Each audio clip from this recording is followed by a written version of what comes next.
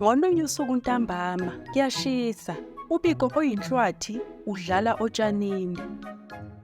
Uphazanyiswa uvemvane futhi uyalujaha.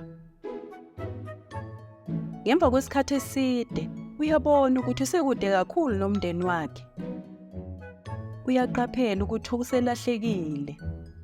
uBiko uqala ukukhathazeka, useyadabukisa. uLayla uhlezi phezulu esihlahleni eside futhi uyambona uBiko ekhala. uBiko uyakhala, "Ngilahlekile Layla, angisakhumbuli ukuthi ngibuyele kanjani emuva. Nginenkinga yokukhohlwa."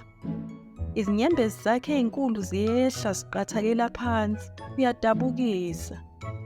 uLayla uthi, "Awunayo inkinga yokukhohlwa, unenkinga yokunganaki. Asizame ukukhumbula indlela yokubuyela emuva." Okokuqala uLayla ubuza uBiko ukuthi uwelile yini umfula. "Yebo," kusho uBiko njengoba ekhumbula. "Bekushisa kakhulu, ngaphuza amanzi futhi ngabhukuda emfuleni ukuze ngizipholise." Bobabili baqala ukuhamba bebuyela emuva futhi bayawuthola umfula. uLayla uyabuza, "Zikhona yini izihlahla ezikhethekile odlule kuzo?" "Umango," kumemeza uBiko njengoba ekhumbula isihlahla esikhulu sikamango. "Ngiyawuthanda umango," kusho uBiko njengoba bebona isihlahla sikamango bese buqamamana. uLayla usiza uBiko ukuba akhumbule ngakunye ngakunye.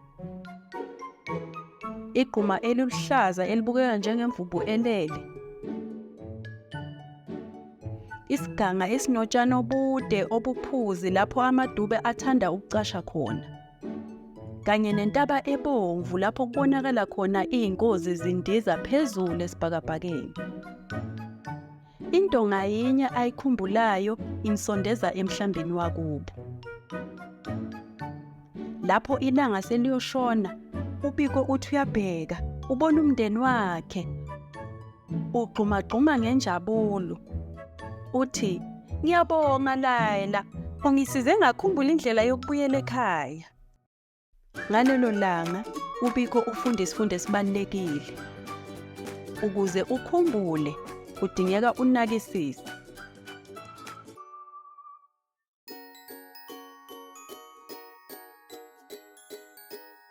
To watch more stories, just visit our YouTube channel. All stories are in the present, past and future tenses, also available in various languages. How great! Also, members of the Abuti Academy get access to workbooks and much more. Visit our website to find out more about all the language learning materials that we have to offer.